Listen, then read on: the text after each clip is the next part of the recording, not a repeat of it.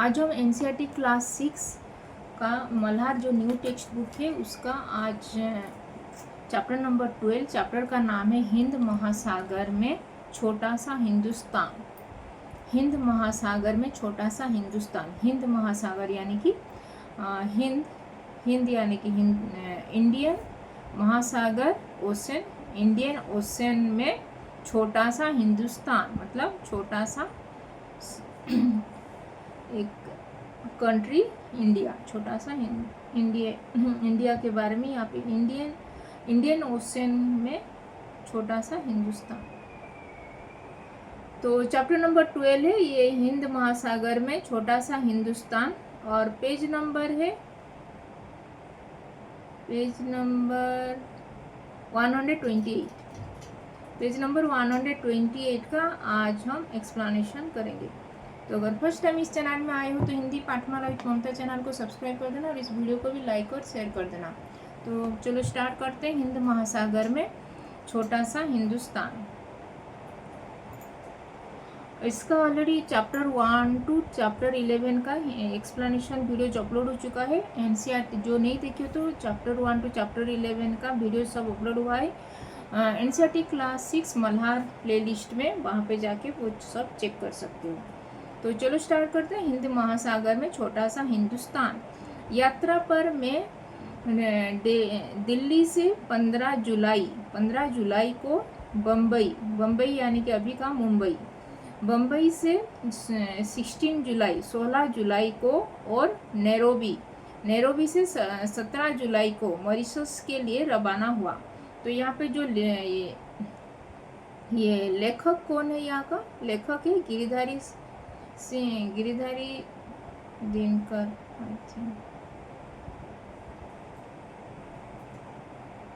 लेखक जो इसको लिखे हैं हिंद महासागर में छोटा सा हिंदुस्तान, इसको लिखे हैं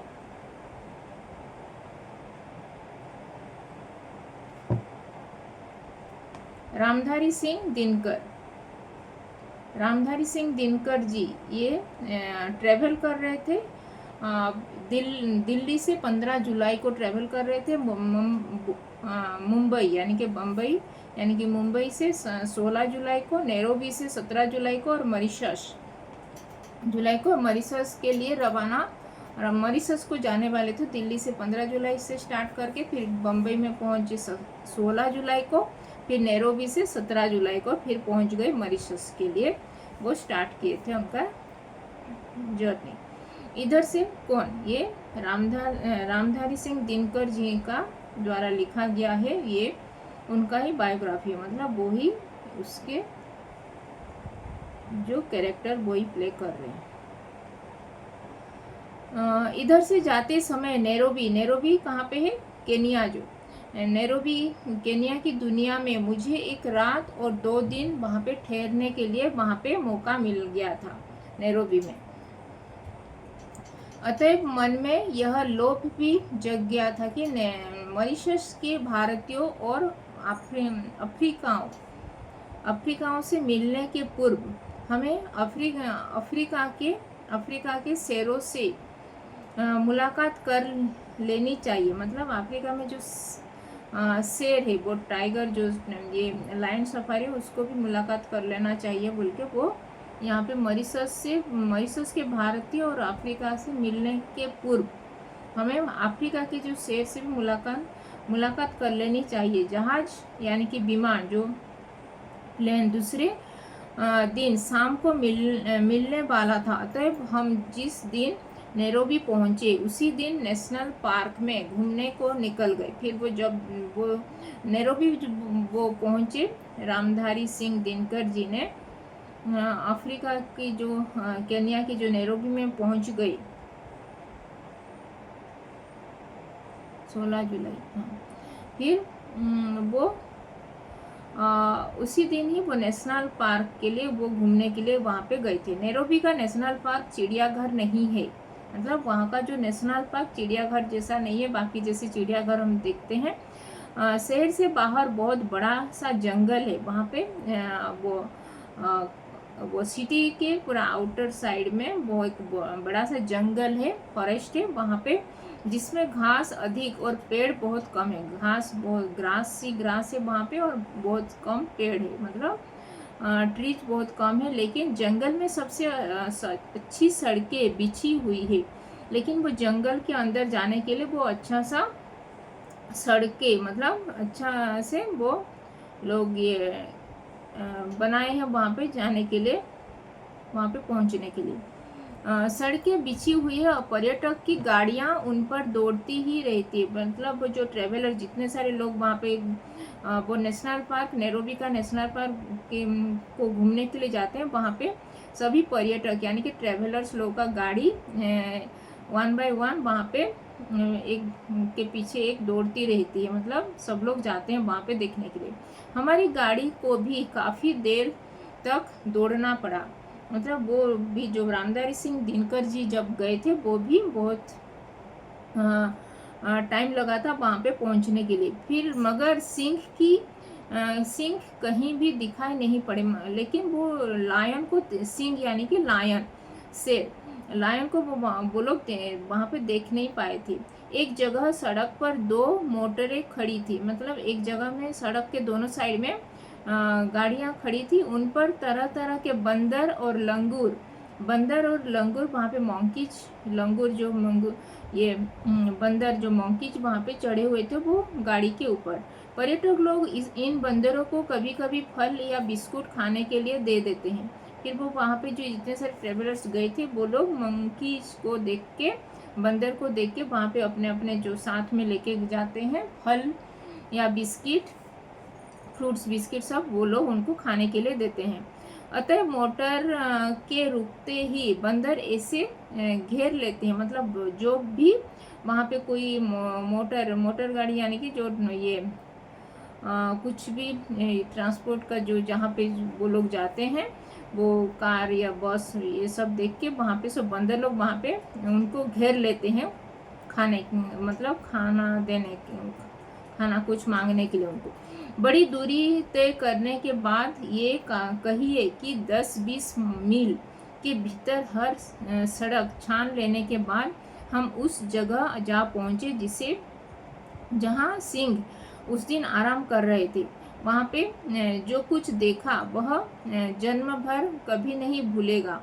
मतलब कोई 7-8 सिंह लेटे थे वहाँ पे, लेटे या सोए हुए थे वहाँ पे। जब वो लोग पहुँचे 10 मील दूर के भीतर एक सड़क वहाँ पे जा रहा था, तो तभी वहाँ पे जब पहुँचे तो वहाँ पे सिंह, मतलब 7-8 सिंह वहाँ पे वो लोग आराम फरमा रहे थे, रेस्ट कर रहे थे। वहाँ वो जो कुछ देखा वह जन्म भर भी वो लोग भूल नहीं पाएंगे वो अपने लाइफ में।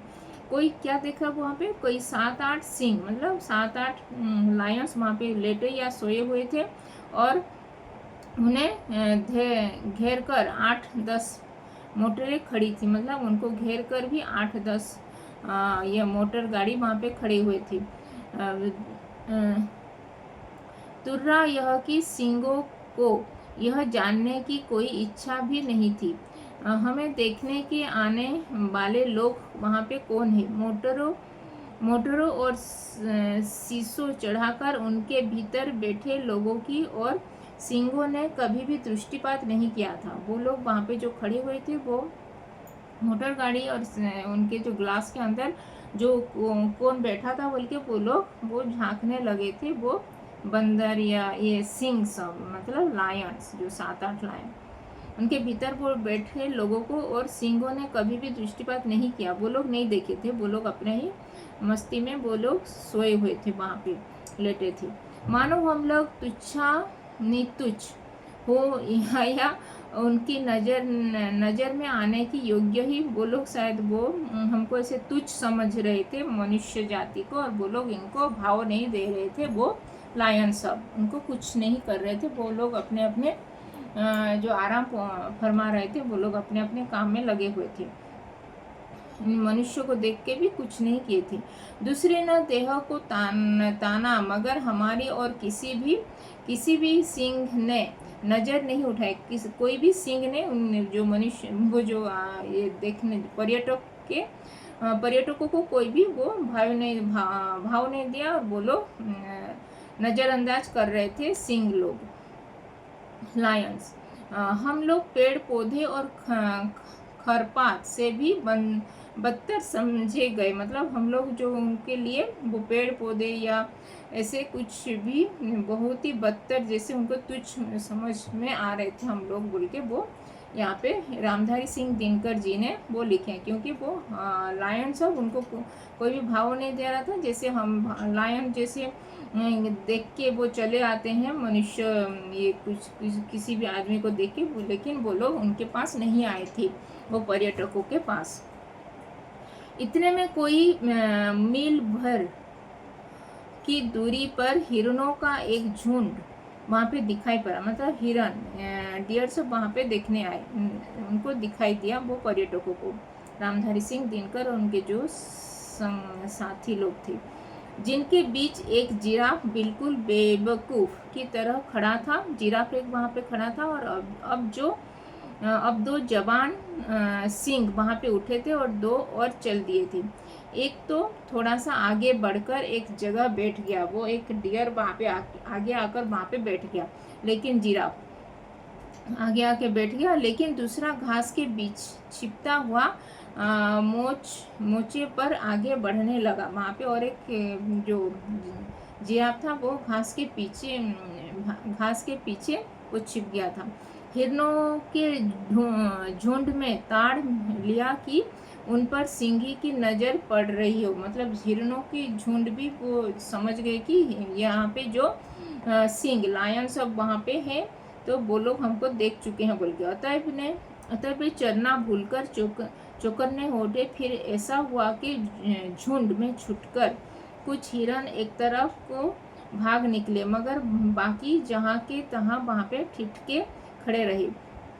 बाकी हिरण ठिठके हुए इसीलिए खड़े थे कि सिंह उन्हें देख रहे थे, और सहज प्रवृत्ति हिरणों को कि यह समझ रही थी कि खतरा भी वहाँ पे टल चुका है बोल के, किसी भी तरह भागने में हो सकता है।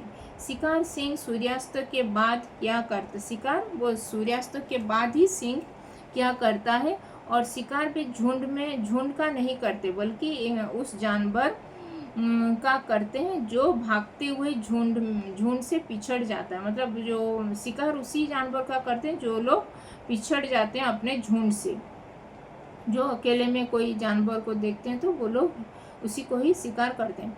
अब यह बात समझ में आई कि हिरण भागने को निरापद नहीं समझकर एक गोल में क्यों खड़े थे, मतलब अभी पता चला कि हिरण भागने के निरापद नहीं समझकर एक ही पास वो लोग झुंड में ही खड़े थे, क्योंकि अगर झुंड में नहीं होंगे तो इधर उधर ये दौड़ने भागेंगे तो तभी वो लोग जो सिंह शेर लोग उनको शिकार करने के लिए आ जाएंगे, उनके ऊपर झपक पड़ेंगे। मुझे ऐसा महसूस हो रहा था, किसको, रामधारी सिंह दिनकर जो लेखक है, कि मेरा रक्तचाप बढ़ गया है। रक्तचाप यानी कि ब्लड प्रेशर उनका बढ़ गया है, क्योंकि वो ये सब देख रहे थे। अतएव मैंने तय कर लिया कि अब घर लौटना चाहिए। वो सोच लिए कि अभी घर को जाना है। नैरोबी से मॉरिशस तक हम BOAC के जहाज में, BOAC जहाज में उड़े थे वो लोग। जहाज नैरोबी से 4 बजे शाम को उड़ा था। जहाज जो प्लेन उनका गया था नैरोबी से 4 o'clock में, और 5 घंटा का निरंतर उड़ान के 5 hours के निरंतर उड़ान के बाद वो लोग मॉरिशस पहुंच गए। तब वहाँ रात के लगभग 10 बज रहे थे। रात थी, अंधेरा था, पानी बरस रहा था, वहाँ पे रेन हो रहा था, मगर तब भी हमारे स्वागत में बहुत लोग खड़े थे। सब लोग वहाँ पे वेलकम करने के लिए, ये जो रामधारी सिंह दिनकर उनके जो साथी गए थे उनको वेलकम करने के लिए वहाँ पे बहुत लोग खड़े हुए थे। हवाई अड्डे की स्वागत का समा देखकर यह भाव जगे बिना नहीं रहा कि हम जहाँ आए हैं वहाँ छोटे पैमाने पर भी भारत ही है, मतलब छोटे पैमाने पर भारत के लोग भी वहाँ पे हैं, उनको देखने के लिए वो लोग वेलकम करने के लिए यहाँ पे आए हैं। मॉरिशस द्वीप भूमध्य रेखा यानी कि जो इक्वेटर लाइन जो बोलते हैं उसके कोई 20 डिग्री मतलब 20 डिग्री दक्षिण यानी कि ये साउथ में, और देशांतर रेखा 60 के बिल्कुल पास में है, और किंतु उससे पश्चिम की ओर मतलब वेस्ट की ओर वहाँ पे है वो मॉरिशस। मॉरिशस की लंबाई 29 माइल है, 29 माइल में वो मॉरिशस का उसका एरिया है, और चौड़ाई उसका जो ब्रेड है ये 30 माइल्स। और वैसे पूरे मॉरिशस द्वीप का रकबा 720 वर्ग किलोमीटर आंका जाता है। यह द्वीप हिंद महासागर का मोती है। भारत समुद्र का सबसे खूबसूरत वहाँ पे सितारा है, भारत समुद्र का। और मॉरिशस वह देश है जहाँ पे कोई भी हिस्सा समुद्र से 15 मील से ज़्यादा दूर नहीं है। मॉरिशस ये कंट्री है जिससे इसी कोई भी हिस्सा वो समुद्र से 15 मील से ज़्यादा भी दूरी पर वहाँ पे नहीं है। मॉरिशस बहुत देश है जहाँ की जनसंख्या, वहाँ का पॉपुलेशन 67% लोग वहाँ पे भारतीय खानदान के हैं, मतलब इंडियन वहाँ पे 67% वहाँ पे लोग रहते हैं, जहाँ 53% लोग हिंदू हैं, मतलब बहुत सारे लोग मॉरिशस में रहते हैं इंडियन। 53% लोग वहाँ पे हिंदू हैं और 67% लोग वहाँ पे इंडियन हैं। मॉरिशस बहुत देश है जिसकी राजधानी पोर्टलुई, मॉरिशस की राजधानी क्या है, पोर्टलुई की गलियों की नाम कलकत्ता, मद्रास, हैदराबाद और बम्बई है। उसका भी वहाँ पे ये गलियाँ के नाम भी ऐसे रखे हैं, कलकत्ता, मद्रास, हैदराबाद, बम्बई। जिसके एक पूरे मोहल्ले का नाम काशी भी है, एक पूरा मोहल्ला जहाँ पे मॉरिशस का एक मोहल्ला का नाम भी काशी रखा गया है, एक स्ट्रीट का नाम। मॉरिशस वह देश है जहाँ बनारस भी है, बनारस का भी नाम है वहाँ पे, गोकुल भी है और ब्रह्मस्थान भी वहाँ पे। मॉरिशस वह देश है जहाँ माध्यमिक स्कूल मतलब मिडिल स्कूल को कॉलेज कहने का रिवाज है, मतलब मिडिल स्कूल को वहाँ पे कॉलेज कहते हैं। क्योंकि मॉरिशस के हिंदुओं में से अधिकांश बिहार और उत्तर प्रदेश के लोग, वहाँ पे बिहार और उत्तर प्रदेश से बहुत सारे लोग वहाँ पे रहते हैं, इसीलिए हिंदी का मॉरिशस में व्यापक प्रचार, मतलब उनका ये कन्वर्सेशनल लैंग्वेज, कम्युनिकेशन लैंग्वेज वहाँ पे हिंदी है। मॉरिशस क्योंकि बहुत सारे लोग बिहार और उत्तर प्रदेश यूपी से बहुत सारे लोग हैं, इसीलिए वो लोग हिंदी से वो कम्युनिकेट करते हैं। मॉरिशस की राजभाषा अंग्रेजी है, और किंतु संस्कृति की भाषा वो फ्रेंच है, फ्रेंच लैंग्वेज वहाँ पे कहते हैं। जनता वहाँ क्रेओल बोलते हैं, क्रेओल, और क्रेओल का फ्रेंच से वही संबंध है जो संबंध भोजपुरी का हिंदी से है। हिंदी से है, और क्रेओल के बाद मॉरिशस की दूसरी जनभाषा भोजपुरी की है। मानना पड़ेगा प्राय सभी भारतीय भोजपुरी बोलने अथवा उसे समझ लेते हैं, वहाँ पे भोजपुरी समझ लेते हैं। यहाँ तक कि भारतीयों को पड़ोस में रहने वाली चाइना से और भोजपुरी बखूबी बोल लेते हैं वो लोग, किंतु मॉरिशस की भोजपुरी शाहबाद या सरन की भोजपुरी नहीं है, उसमें फ्रेंच के इतने संज्ञापद घुस गए हैं, मतलब वो मिक्सअप लैंग्वेज है फ्रेंच भोजपुरी ये सब, कि आपके बार बार शब्दों की अर्थ वहाँ पे पूछने पड़ते हैं। मॉरिशस में ऊख की खेती, मतलब ऊख यानी कि जो ये शुगर कैन का वहाँ पे ये कल्टीवेशन होता है, और उसके व्यवसाय का भी को जो सफलता मिली है भारतीयों के कारण मिली है। मॉरिशस की असली ताकत भारतीय लोग हैं। सारा मॉरिशस कृषि प्रधान द्वीप है, मतलब वहाँ पे एग्रीकल्चर उनका फर्स्ट ये जो ऑक्यूपेशन है, क्योंकि चीनी वहाँ का प्रमुख अथवा एकमात्र उद्योग है। चाइना चीनी शुगर, किंतु भारतीय वंश के लोग यदि इस टापू में नहीं गए होते तो ऊख की खेती वहाँ पे असंभव हो जाता, और चीनी का कारखाने भी बढ़ते नहीं, वो ये शुगर कैन वहाँ पे कल्टीवेट नहीं करते, तो तभी इसके वजह से शुगर जो चीनी यानी कि शुगर जो शक्कर होता है जो उसको भी वहाँ पे कारखाना वो फैक्ट्री भी नहीं बनता।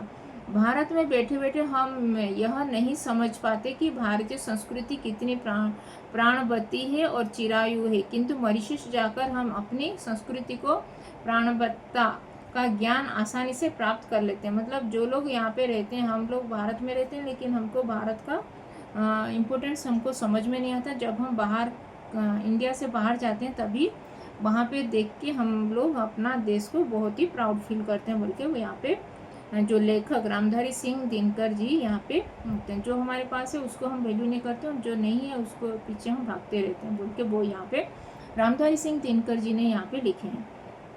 मालिकों की इच्छा तो यही थी भारतीय लोग की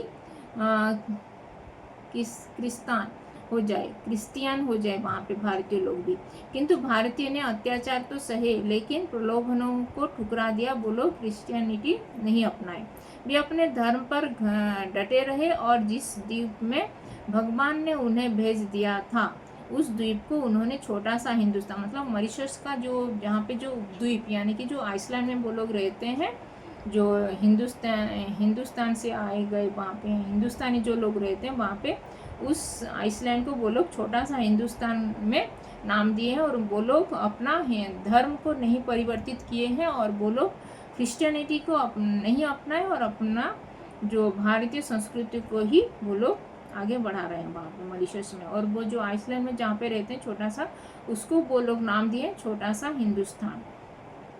इसीलिए हिंद महासागर में छोटा सा हिंदुस्तान ये है इसका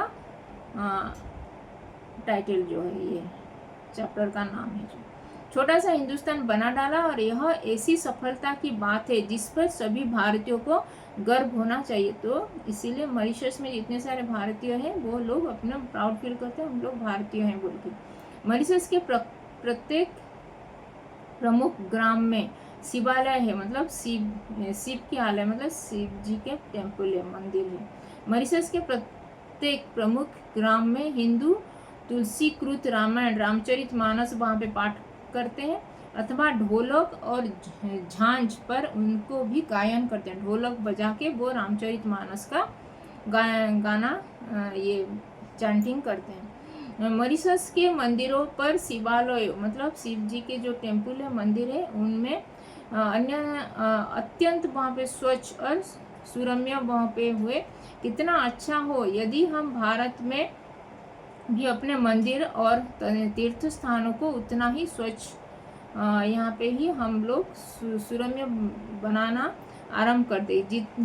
जितने स्वच्छ मॉरिशस में दिखाई देते हैं वैसे ही अगर हम यहाँ पे भारत में भी वो मंदिर को भी अत्यंत स्वच्छ और सुरम्य बना पाए तो वो हम यहाँ पे तो ये यहाँ पे रामधारी सिंह जी ने यहाँ पे लिखे, रामधारी सिंह दिनकर जी ने, कि जैसे वो लोग रखे स्वच्छ सुरम्य करके वो टेम्पल सबको, यहाँ पे भी हमको भी वही करना चाहिए।